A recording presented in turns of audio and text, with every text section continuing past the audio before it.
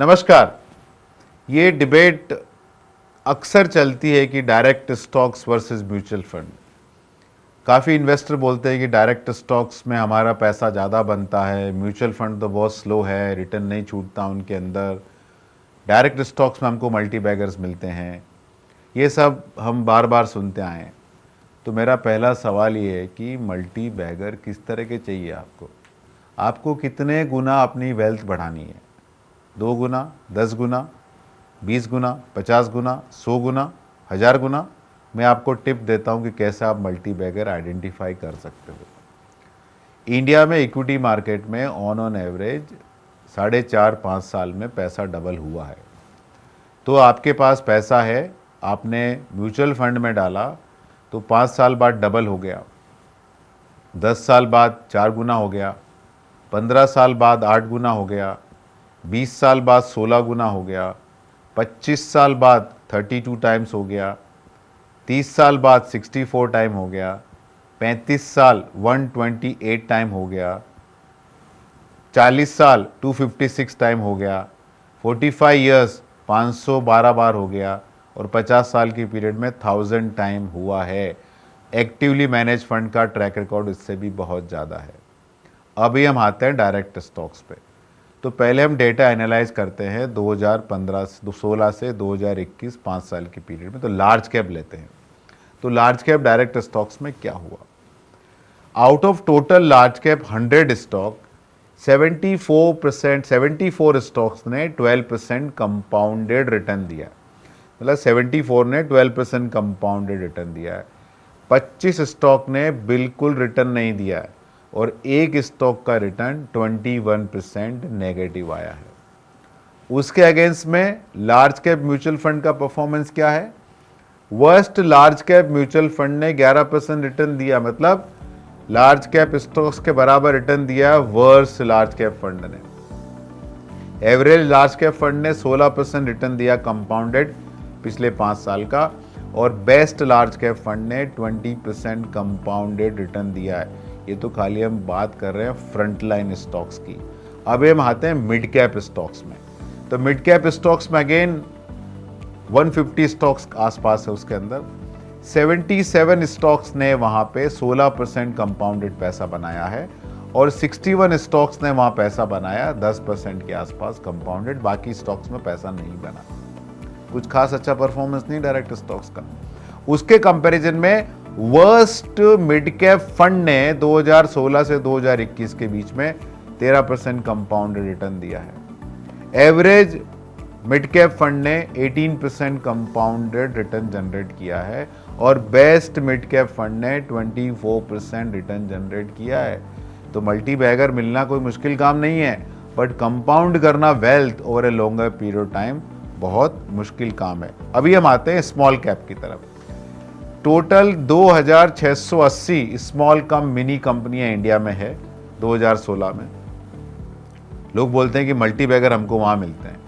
तो 2680 कंपनीज है, out of which only one company deliver 93% compounded return for a 5 years period. 20 कंपनियों का return 46% compounded आया। मतलब 2680 कंपनी में खाली 21 कंपनियों का रिटर्न ये है। बाकी 2659 जो कंपनीज है उनका कंपाउंडेड पैसा 2% पे ग्रो हुआ है। तो 99% मिनी और स्मॉल कैप फंड ने खाली 2% रिटर्न दिया है। उसके कंपैरिजन में हम वर्स्ट स्मॉल कैप फंड का रिटर्न देखते हैं तो 14% कंपाउंडेड है। एवरेज स्मॉल कैप फंड का रिटर्न देखते हैं वह 20% कंपाउंड है और अगर बेस्ट स्मॉल कैप फंड का हम रिटर्न देखते हैं तो वो 25% कंपाउंड हुआ है। तो ये तो आप कहानी देखिए। और अभी आप देखिए क्या हुआ, बाजार गिरा ना। BSE 500 खाली 8% गिरा है, लेकिन उस प्रोसेस के अंदर करीब करीब 56% स्टॉक 20% के ऊपर गिरे हैं, 24% स्टॉक 30% के ऊपर गिरे हैं और खाली 8% स्टॉक है जो 40% गिरे। This a fall in BSE 500, लेकिन कोई भी म्यूचुअल फंड स्कीम में इतना बड़ा फॉल नहीं हुआ है। तो मल्टी बैगर ढूंढना बहुत आसान है, लेकिन कंपाउंडर जो आपकी वेल्थ लॉन्ग पीरियड के अंदर कंपाउंड करे वो बहुत मुश्किल होता है, और वो खाली प्रोफेशनल मैनेजर ही मैनेज कर सकता है। ये तो हमने डेटा देखा खाली 5 साल का। थोड़ा लॉन्ग टर्म जाते हैं, तो अब लॉन्ग टर्म डेटा देखते हैं। तो मिंट में एक बहुत इंटरेस्टिंग आर्टिकल आया था।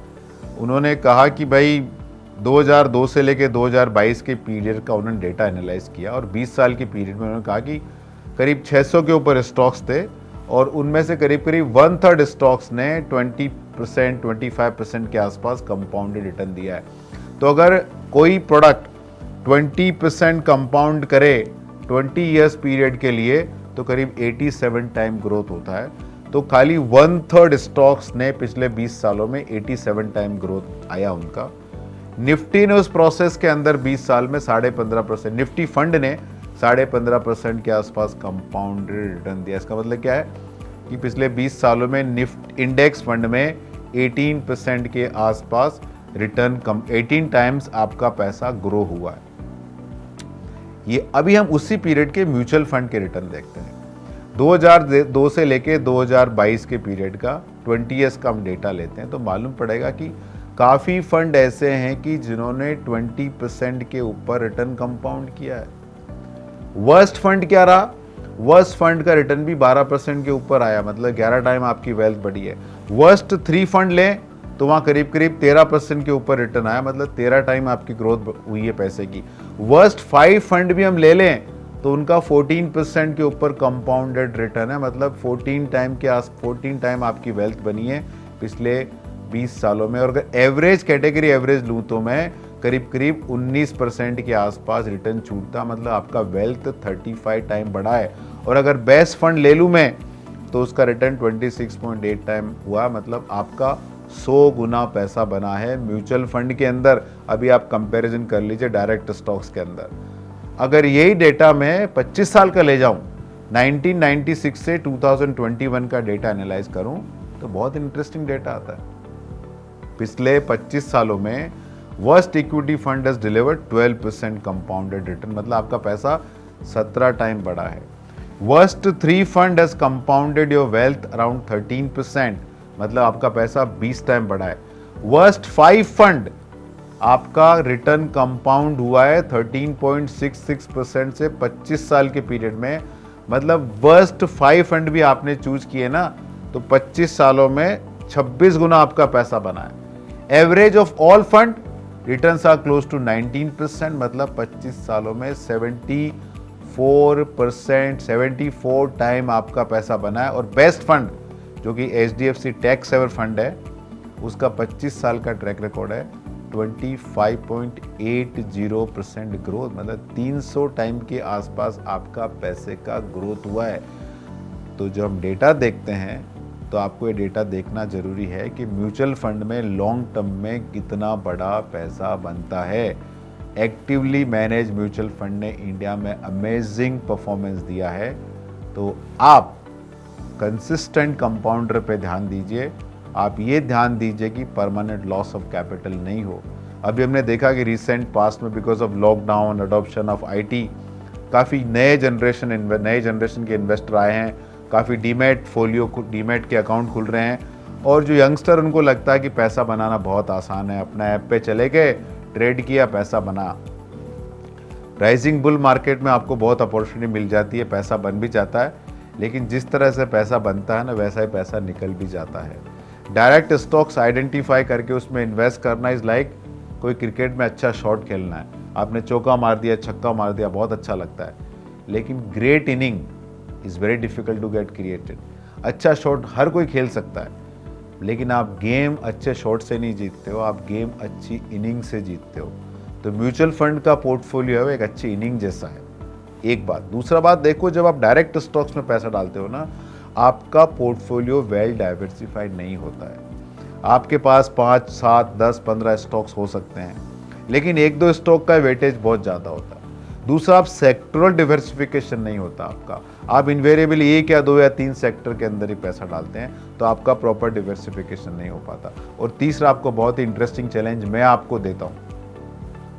कोई भी मुझे डायरेक्ट स्टॉक्स का 5 से 10 साल का पोर्टफोलियो ला के दिखा दे, और वो दिखा दे कि वो पोर्टफोलियो एक्टिवली मैनेज कर रहे हैं वो, और वो portfolio actively manage mutual fund category average को बीट किया है। मैं पिछले 5, 10, 15, 20 सालों से ढूंढ रहा हूँ। लोग सोशल मीडिया पे सब जगह आके बातें करते हैं कि मल्टी बैगर, ये मल्टी बैगर, वो मल्टी बैगर। भाई तुम्हारा पोर्टफोलियो दिखा दो, मालूम पड़ जाएगा। आप एज ए इन्वेस्टर एक सिंपल चीज कर सकते हो। आप जिस दिन स्टॉक ब्रोकर को पैसा दिए उस दिन म्यूचुअल फंड के 5 फंड, कोई भी 5 फंड ले लो, उनका एनआईवी मार्क कर लो। और जिस दिन आपको ब्रोकर से पैसा आया या आपने वापस पैसा दिया, वापस पैसा आया, वापस पैसा दिया, उन सारे दिन इन फंड्स के एनआईवी मार्क कर लो। बाय जिस दिन आपने ब्रोकर को पैसा दिया, समझ लो कि आपने ये फंड खरीदे हैं। जिस दिन आपको ब्रोकर से पैसा आया, अज्यूम करो कि आपने फंड बेच दिए। अब आपका जो टोटल डायरेक्ट स्टॉक्स का पोर्टफोलियो, इसका वैल्यू देख लो और उसके कंपैरिजन में म्यूचुअल फंड का वैल्यू देख लो। इनवेरिएबली म्यूचुअल फंड का वैल्यू बहुत ज़्यादा होता है, क्योंकि म्यूचुअल फंड के अंदर permanent loss of capital equity mutual fund में नहीं होता है। डायरेक्ट स्टॉक्स के अंदर परमानेंट लॉस ऑफ कैपिटल होता है, होता आया है, होता रहेगा।